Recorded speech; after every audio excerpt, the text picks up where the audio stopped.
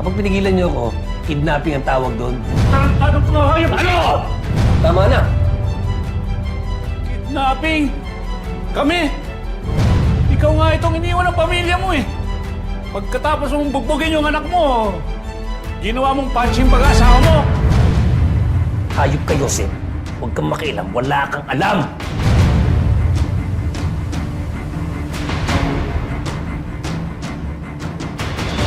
Nick? Mahal.